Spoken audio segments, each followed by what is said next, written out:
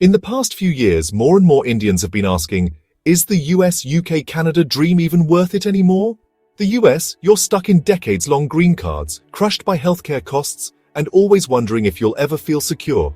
Canada, sure, they'll let you in fast, but now you're facing job struggles, sky-high housing prices, and brutal winters. And the UK, high taxes, increasing cost of living, slow PR routes, and post-Brexit. It's become a lot less welcoming.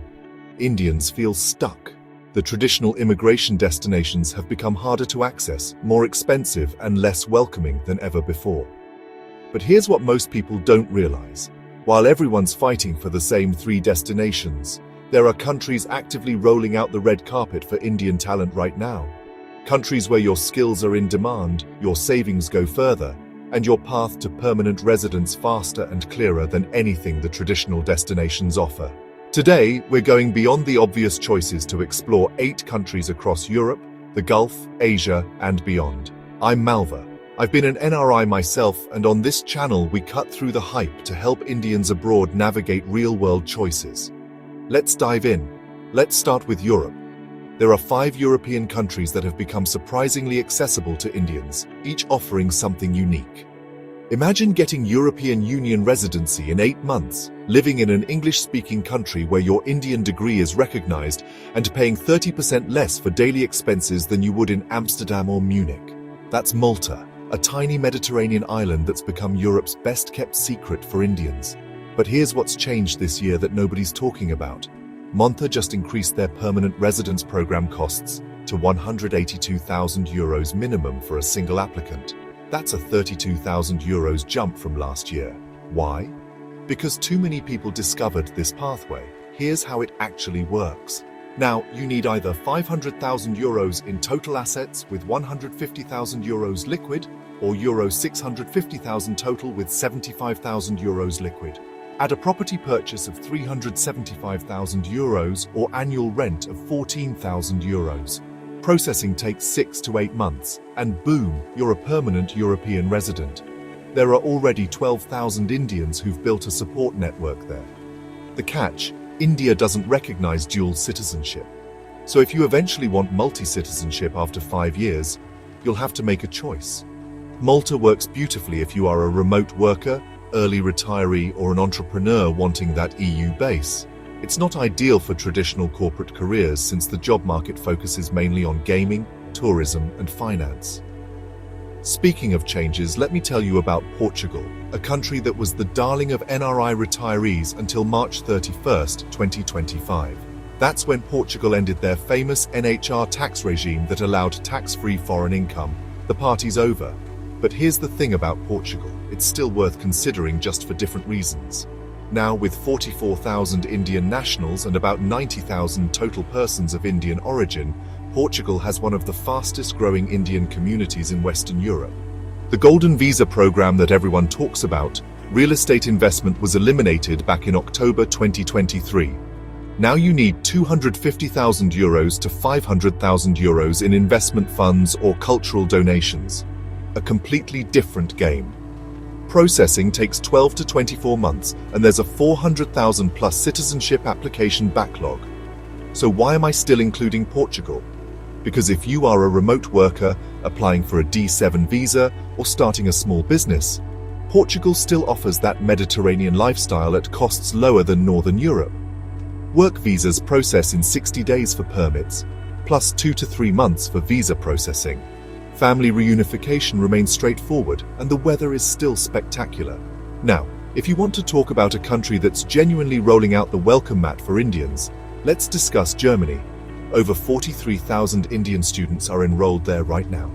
That's a 25% jump in just the past few years. Why? Because Germany figured out something other countries haven't. They need our talent. Here's what happened in 2025 that makes Germany even more attractive. They expanded their Skilled Immigration Act with lower salary thresholds and more shortage occupations.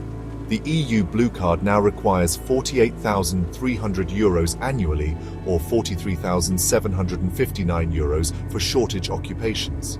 They even launched something called the Opportunity Card, a points-based system for job seekers. Average salaries for Indians ranged from 45,000 to 70,000 euros. Public universities are still free, and the unemployment rate is just 5.7%. The path to citizenship is where Germany really shines now. EU Blue Card holders can apply for permanent residence in just 21 months if they have German B1 language skills or 33 months without. And from 2024, dual citizenship is allowed. You can keep your Indian passport too. Germany has 301,000 people of Indian descent. Yes, bureaucracy can be a headache, and you will need private international schools at 15,000 euros per year if you have kids. But once you're in one of the world's strongest economies with the best worker protections anywhere. Just north of Germany, France has been making its own moves. President Macron personally invited Indian students to France, targeting 20,000 of them by 2025. Currently, there are 12,000 plus Indian students there, and France streamlined everything with new talent residence permits in 2024. The requirements are clear: 41,933 or more annually for qualified employees, 53,836 euros for an EU Blue Card. But here's what's impressed me.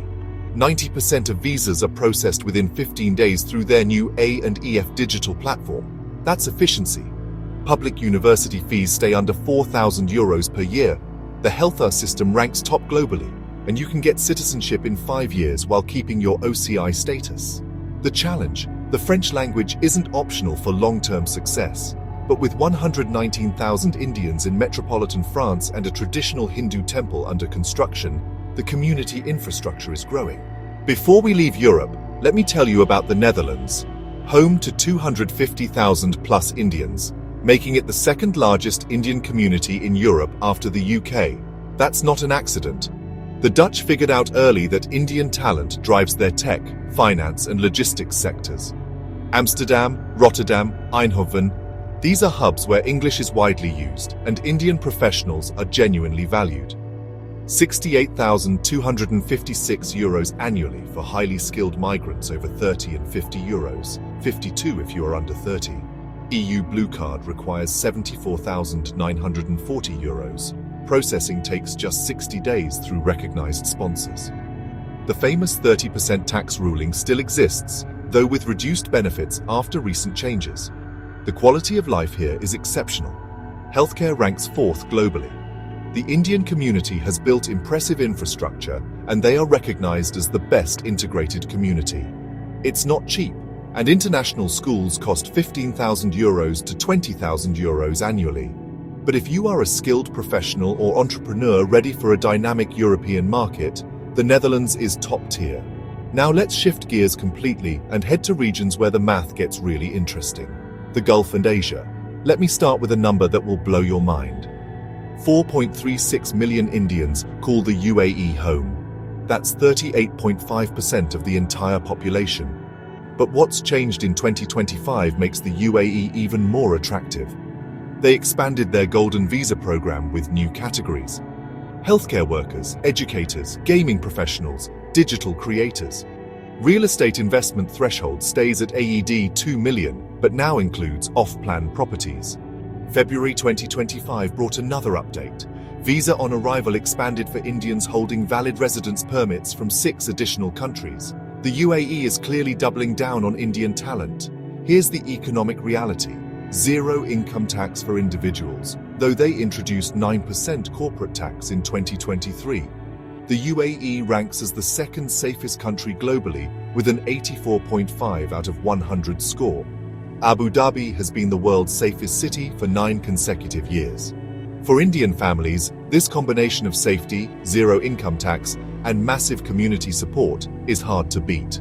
A short flight away from UAE takes you to Singapore, which hosts 650,000 Indians in a really different environment. This is where precision meets opportunity, but the requirements keep rising. The 2025 changes tell the story. Employment pass salary threshold increased to 5,600 Singapore dollars monthly. But here's the big win. They removed the work permit duration cap in July 2025. Indians can now stay indefinitely.